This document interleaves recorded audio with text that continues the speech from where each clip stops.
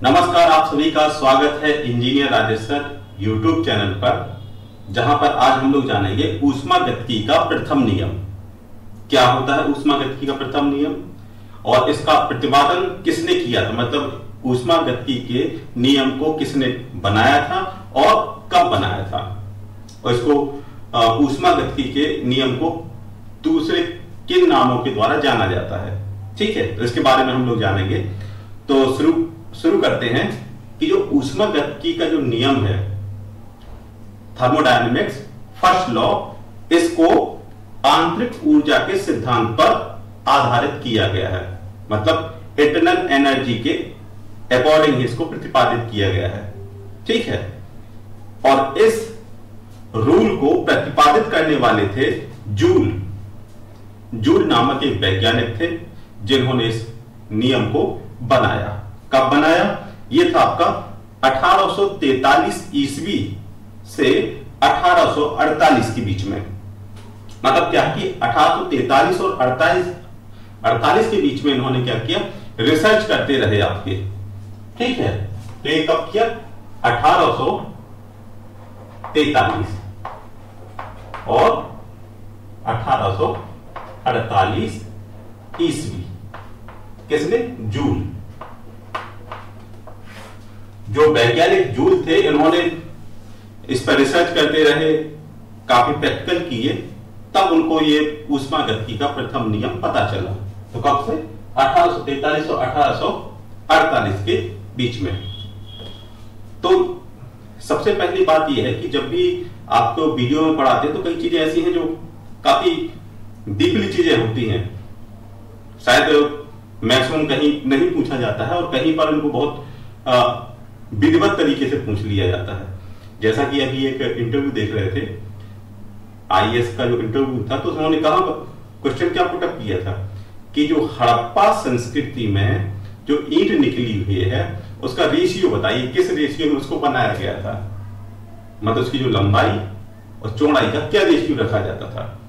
अब सभी लोगों ने ये तो पता है कि हड़प्पा संस्कृति को खोजा किसने है, कहां मिली, ये तो सब जानते हैं, लेकिन ईंट का साइज नहीं समझते लोग या नहीं पता रहता है। तो ऐसी कभी कभार जब कंपटीशन के एग्जाम होते तो कहीं पर वो चीजें ऐसे पूछ ली जाती हैं जो काफी लोगों को पता नहीं रहती हैं या फिर उन पर ध्यान नहीं देते हैं। तो ऊष्मागतिकी का जो नियम है वो जूल ने बनाया। देखा गया होगा कि आपने कभी पढ़ा होगा कि कार को किस में नापते हैं? जूल में या फिर न्यूटन मीटर में। तो अब जूल कौन था? जूल एक वैज्ञानिक था जिसने क्या किया, 1843 से 1848 के बीच में एक प्रैक्टिकल किया, और वो प्रैक्टिकल क्या था? ऊष्मागतिकी का नियम। ठीक है, और इसी को कहते हैं आंतरिक ऊर्जा का सिद्धांत। तो इसमें क्या था?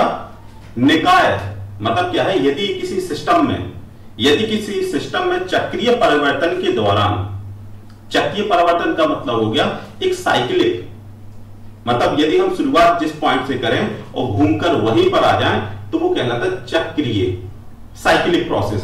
ठीक है, चक्रीय परिवर्तन के दौरान निकाय मींस किसी सिस्टम द्वारा सराउंडिंग या परिवेश को दिए गए कार्य को, जो परिवेश को जो कार्य दिया गया है उसका जो बीजगणितीय योग बराबर होता है परिवेश, मतलब सराउंडिंग से ली गई ऊष्मा के बीजगणितीय योग के बराबर।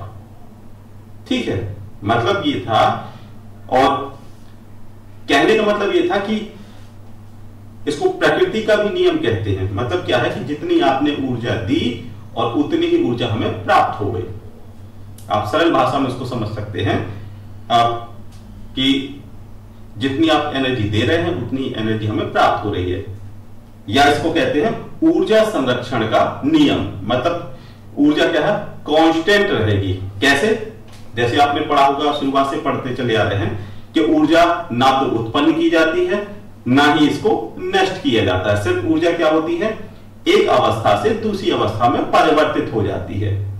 ठीक है, मतलब कि आप ऊर्जा को नष्ट नहीं कर सकते, सिर्फ उसका क्या होगा, रूपांतरण कर सकते हैं, सिर्फ उसका फॉर्मेशन चेंज कर सकते हैं। या कहते हैं कि किसी चीज को आप नष्ट नहीं कर सकते, सिर्फ उसके अवस्था बदल सकते हैं। जैसे आपने एक कागज का टुकड़ा लिया और कागज के टुकड़े में आपने आग लगा दी, तो क्या होगा, कागज का जो टुकड़ा है वो हीट, गैसेस या एस की फॉर्म में, राख की फॉर्म में कन्वर्ट हो गया। तो आपने उसको नष्ट नहीं किया, उसकी सिर्फ अवस्था परिवर्तन कर दी।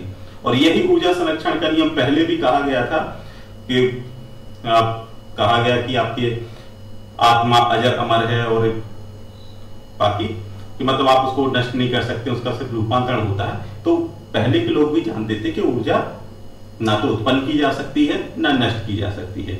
तो यही हमारा जो ऊष्मागतिकी का प्रथम नियम है वो ऊर्जा के संरक्षण पर है, मतलब प्राकृतिक नियम है।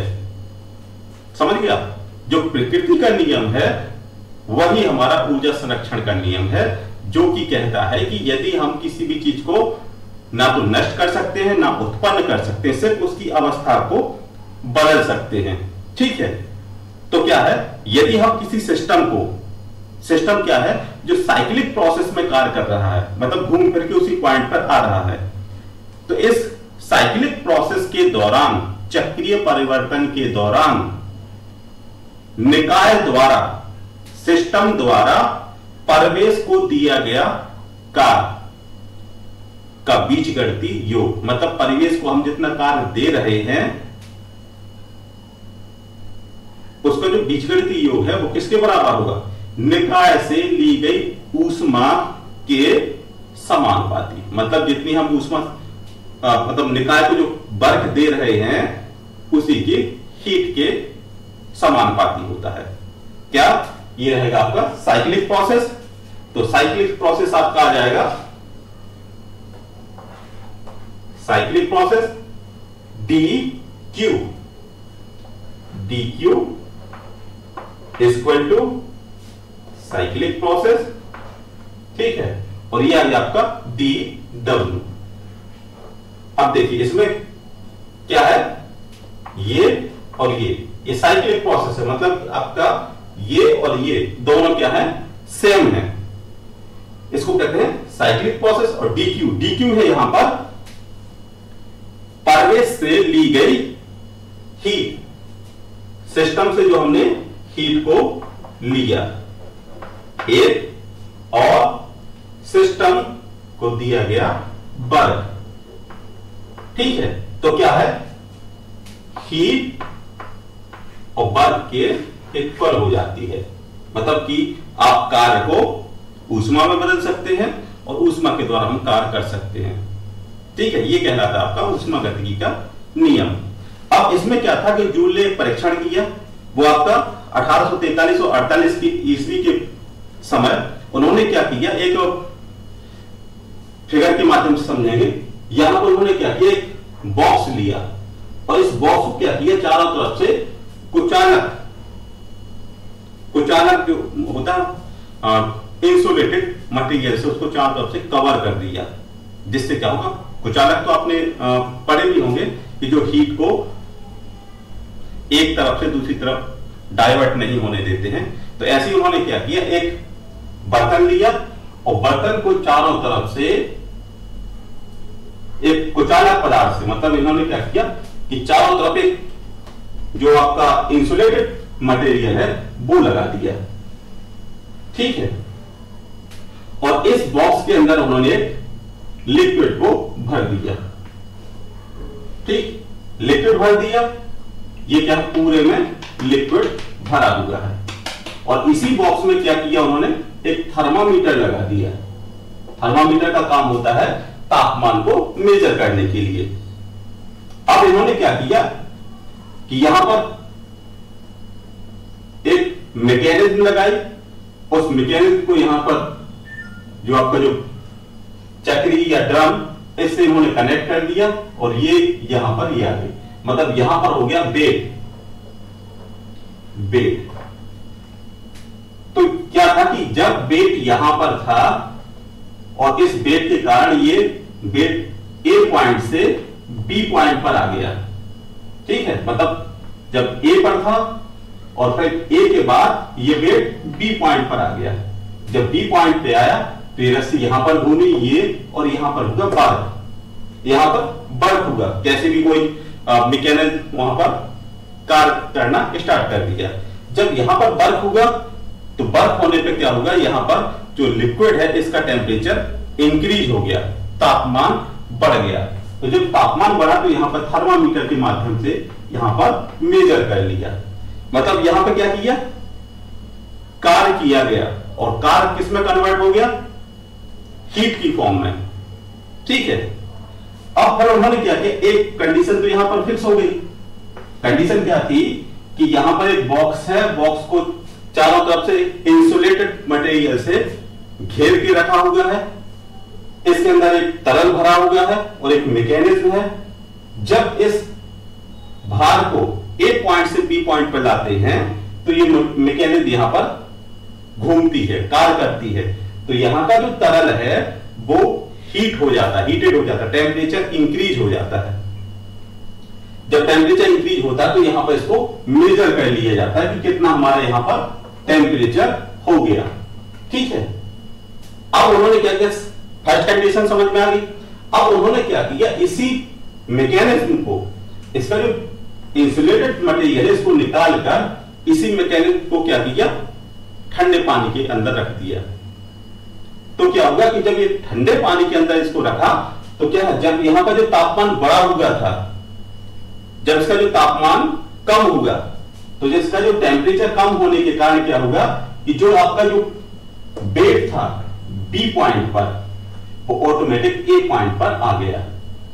ठीक है, तो ये जो सिस्टम है, ये सिस्टम को यदि हम क्या करते हैं, हीट देते हैं, साइक्लिक प्रोसेस में जब हम सिस्टम को हीट देते हैं तो यहां पर बर्क होता है। मतलब क्या होगा कि यहां पर हमने इसको, यहां पर यदि हमने बर्क दिया तो यहां पर हीट इंक्रीज हुई, और यदि हमने हीट यहां से खींच ली तो यहां पर बर्क हो गया। मतलब क्या है, बर्क और हीट एक दूसरे के समानुपाती हैं। यदि हम कार्य करते हैं तो कार्य के कारण क्या होगा, तरल का टेम्परेचर इंक्रीज हो जाता है, और जब हम उस टेम्परेचर को, जो इंक्रीज हुआ टेम्परेचर है, इसको अपने पूर्व अवस्था में लाते हैं तो वहां पर बर्क हो जाता है। मतलब यह है कि वो कहते हैं कि निकाय द्वारा, सिस्टम द्वारा परिवेश को दिया गया कार्य, मतलब हमने सिस्टम को जो वर्क दिया उसका बीजगणितीय योग सिस्टम द्वारा परिवेश से ली गई ऊष्मा, हीट के बीजगणितीय योग के समानुपाती होता है। मतलब क्या है, ये सिस्टम को साइक्लिक प्रोसेस में दी गई हीट बराबर हो जाती है साइक्लिक ही प्रोसेस में सिस्टम से हुआ वर्क। मतलब ये आपके जो हीट और वर्क दोनों एक दूसरे के पूरक हो जाते हैं। तो क्या है कि यहां पर एनर्जी क्या होगी, ऊर्जा, जो टेम्परेचर है वो कार्य में बदला और जो कार्य था वो हीट में बदल गया। ठीक है, तो ये आपका कहलाता है ऊष्मागतिकी का प्रथम नियम। मतलब इसमें क्या है कि ऊर्जा को आपने नष्ट नहीं किया, सिर्फ उसकी अवस्था परिवर्तन कर दी। ठीक है, तो यही कहलाता है ऊर्जा संरक्षण का नियम, या इसे कहते हैं प्रकृति का नियम। मतलब किसी चीज को आप नष्ट नहीं कर सकते हैं, सिर्फ उसके अवस्था को परिवर्तन कर सकते हैं। मतलब कार्य को आप हीट में कन्वर्ट कर सकते हैं और हीट को सिर्फ आप फिर वर्क में कन्वर्ट कर सकते हैं। तो आप समझ गए होंगे ऊर्जा संरक्षण का नियम, जिसको प्रतिपादित किया था जूल ने, और कब किया था, ये था आपका 1843 से 1848 ईस्वी के समय। तो आशा करते हैं कि आपको ये जूल का एक्सपेरिमेंट और ऊर्जा संरक्षण का नियम, जिसे आपका ऊष्मागतिकी का प्रथम नियम कहते हैं, आसान और सरल भाषा में समझ में आ गया होगा। तो मिलते हैं नेक्स्ट वीडियो में, तब तक के लिए थैंक यू, धन्यवाद। यदि आपको कोई डाउट हो तो कमेंट के माध्यम से आप कह सकते हैं, और जो भी क्वेरी है आप मैसेज करके पूछ सकते हैं। तो आशा करते हैं कि आपको वीडियो पसंद आई होगी। यदि आप चैनल पर पहली बार आए हैं तो सब्सक्राइब कीजिएगा, और यदि आप पहले से सब्सक्राइब हैं तो लाइक और दोस्तों के साथ शेयर कीजिएगा। तो मिलते हैं नेक्स्ट वीडियो में, तब तक के लिए थैंक यू, धन्यवाद।